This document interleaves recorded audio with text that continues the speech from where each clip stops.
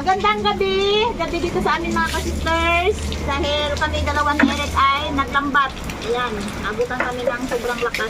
Butit naka-uwi kami ng ayos lang. So ito yung aming nahuli mga ka-sisters. Ang paghuli nito ay makikita ninyo sa Fishing Brother. Bali hatiin namin ni Eric yung aming huli. Dalawang hati lang daw para kahit pa paano ay paro kami marami. Sabi ni Eric yung sniper talagang para sa akin. Kasi paborito ko snapper. Tapos yung surep yan. Paborito ko din ito, inihaw. Tapos yung lumahan, akin daw ito. O, bawi na lang si Eric sa sumaral. So, yan. Sa kanya, sa akin. Sa kanya, sa akin. Ganyan lang yung mga ka-sisters ang hatian dyan.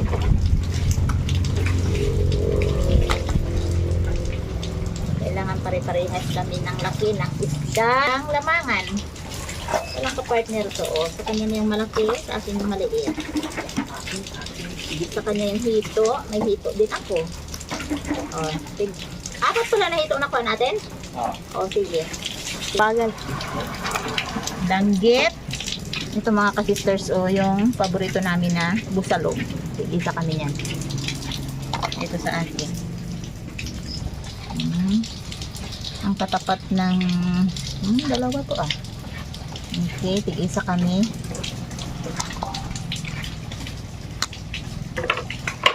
Tapos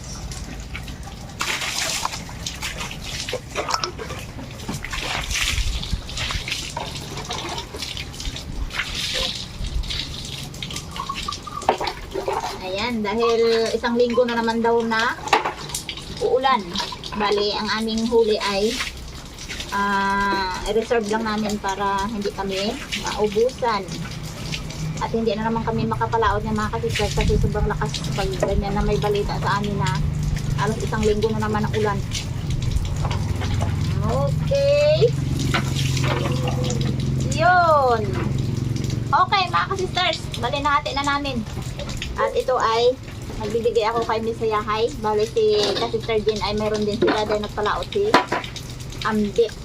Okay, dahil wala dito si nanay sa Kalapan, suluhin na namin yung aming huli. Yan, ito yung huli ni Eric. Yan. Oh, Eric, kunin mo lang sa'yo. Kukuha ako ng pangbigay ko kay Miss Yahay. Sige na! Sisters, dahil gabi ngayon, bali yung isda na kapakti ko ay niluhan ko muna para bukas maluto namin. So, ayan. Bukas na, mga sisters tayo magluluto. Ngayon ay iihaw lang kami para panghapunan. Bali ito yung aming ulam. Okay mga ka-sisters, see you tomorrow.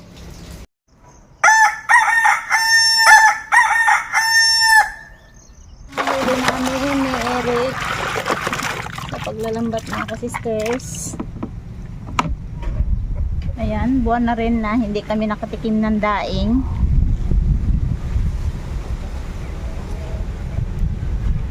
Patanghali na yung init.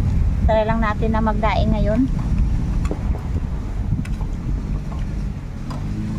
Ito yung ating mga nakuha. May samaral, danggit. So mas maganda ay yung iba nito mga ka-sisters ay piprutuhin ko na lang. At request kasi ni Hana ay magdadaing daw. Ay yung init dito sa amin ay paano lang, bugso-bugso, ano yan, kung minsan may init, minsan wala.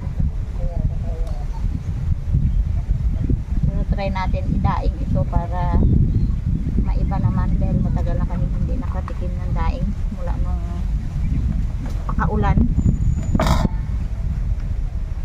Kaya so ayan, ginawa ko siyang bunlis para madali matuyo. Mga samaral.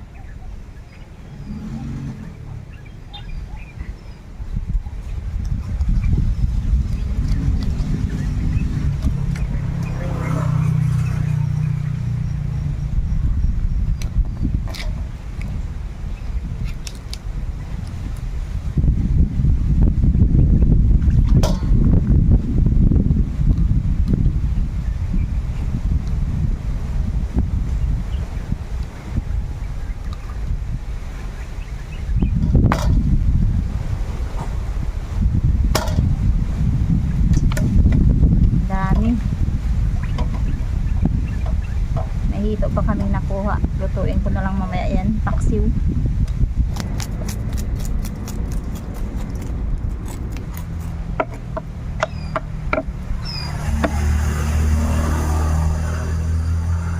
Yan. Dadaingin natin yung snapper mga kasister.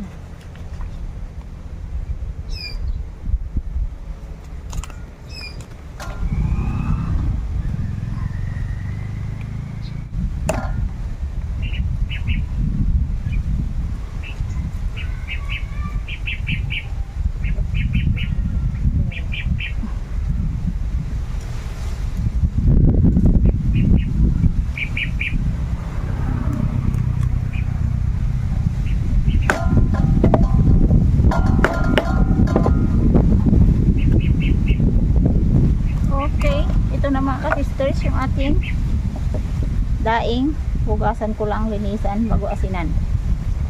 Ayan mga ka-sisters, natapos ko na siyang linisan, aasinan ko na lang. Ayan, naglalagay ako ng suka.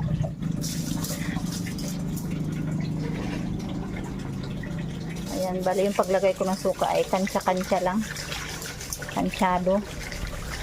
Lagyan natin to ng konting tubig.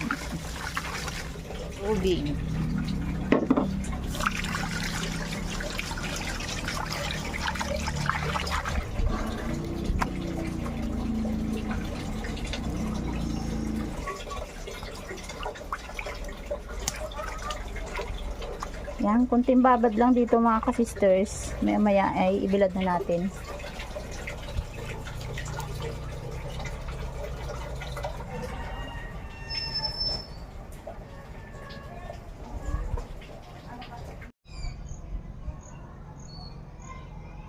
Mga ka-sisters, tapos yung 2 araw na pagbibilad kasi ulan init dito sa amin.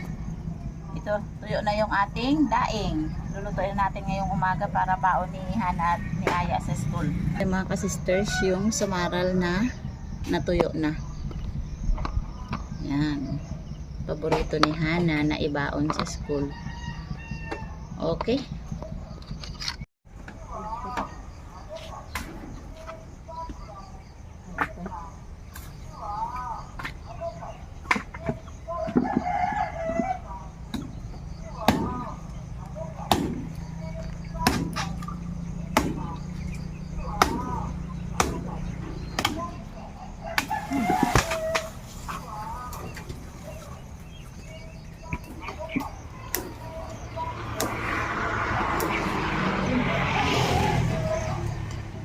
Yung daing ay lulutuin ko siya na may kasamang gulay. So mas gusto ni Hana yung pinirito, pero magluluto ako ng may gulay kasama ang kalabasa at malunggay. Ayan, napakasarap ito mga ka-sisters na may kasamang gata. So kahit ilang piraso lang ay gagata tayo. Yung ating kalabasa na kasama doon sa kinuha natin na binigay kay Kabrother Ed, ito yung isa.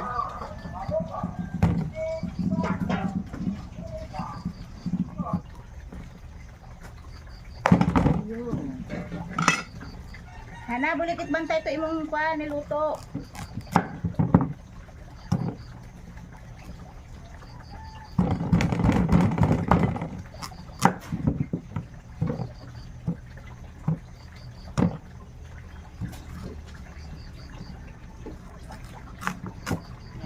Ilang piraso lang ang lutuin natin para madali maubos, hindi masayang.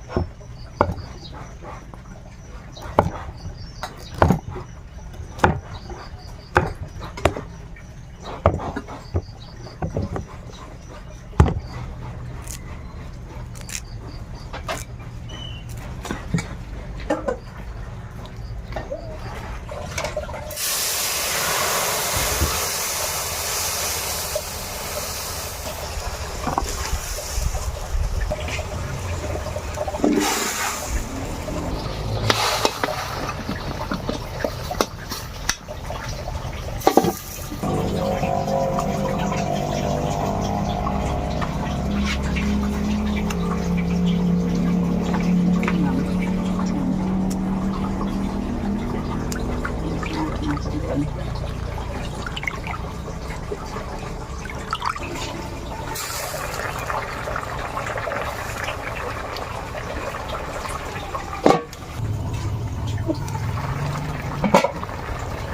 Lagyan natin ng kunting asukal.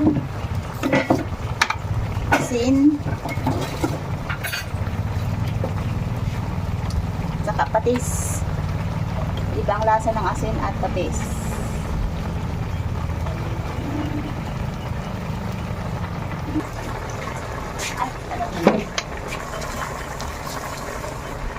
Lagyan natin yung malunggay bago ang basay, yung kakagata. Yan. Madali ang luto ng ulam.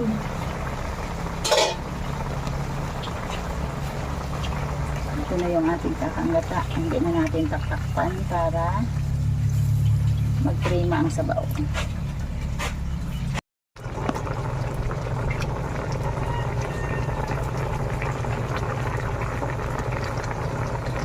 Minsan ang daing piniprito ko muna bago ihalo sa ginataan.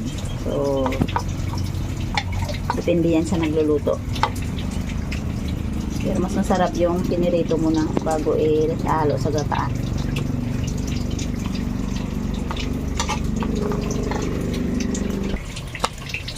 Okay. Maaga pa. Nakakaulam na ng kalabasa si Aya. Kailangan matalino sa skulya. Gulay, pangpaba ng buhay. Memorize. Kalabasa, pampalinaw ng mata.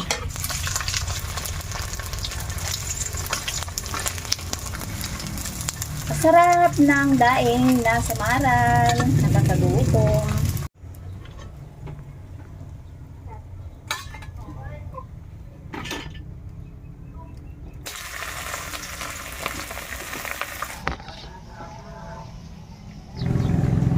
Ayan mga ka-sisters, kumain na sila Hana at Aya. Pagkatapos nun ay pupunta na sila ng school. At ako na ang mag-uubos ng mga nakahayin dyan sa misa. High carb mga ka-sisters.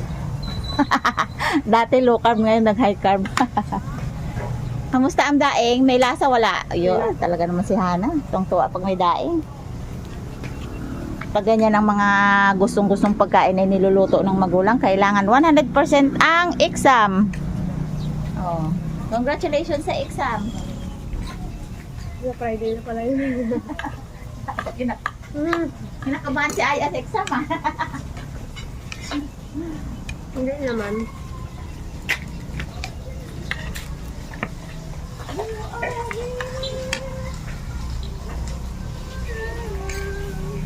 Mamaya pa ako mga ka-sisters magkain kasi sobrang aga.